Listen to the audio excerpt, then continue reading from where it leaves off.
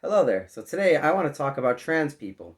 Recently, I've heard political commentators on the right talking about a movie, talking about how horrible and evil this trans thing is, what's going on.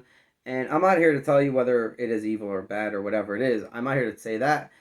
I'm here to talk about understanding trans because I don't actually hear anyone on the right trying to be understanding towards trans. Whenever you hear any political conservative commentator talking about trans, they're just talking about how it's immoral, how it's bad, how it's not real, how anything like that. They say that I have trans friends. They will say things that suggest they're nice towards trans people or whatever it is.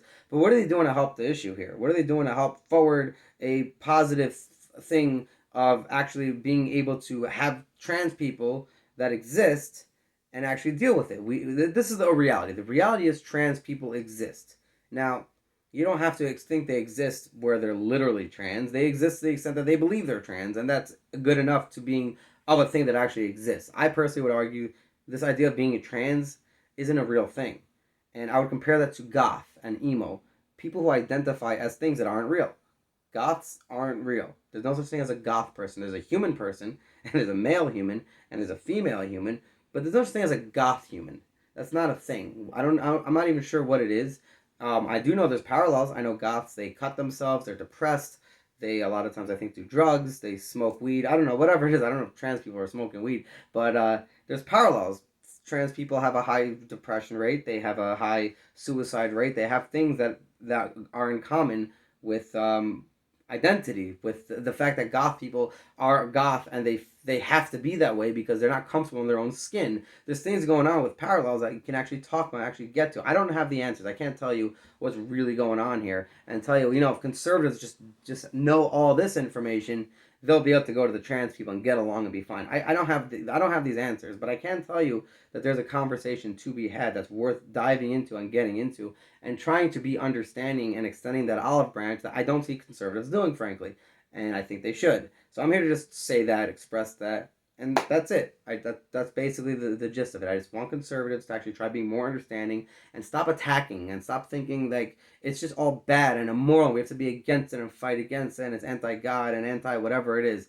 It's a thing that exists. These people exist. They do what they do, and they believe what they believe, and all you can do is try being understanding and listening to them and maybe help them. Try whatever you can do to help work with them. Work with them to maybe for you to maybe get a different perspective if need be, or help them get a different perspective. Either way, that is significantly better than every single time all you hear from conservatives is trans are bad, trans are immoral. That's if you look at the world, you see left people defending trans and saying trans people are what they say they are, and then the right is saying no, they're not, and there's nothing in between.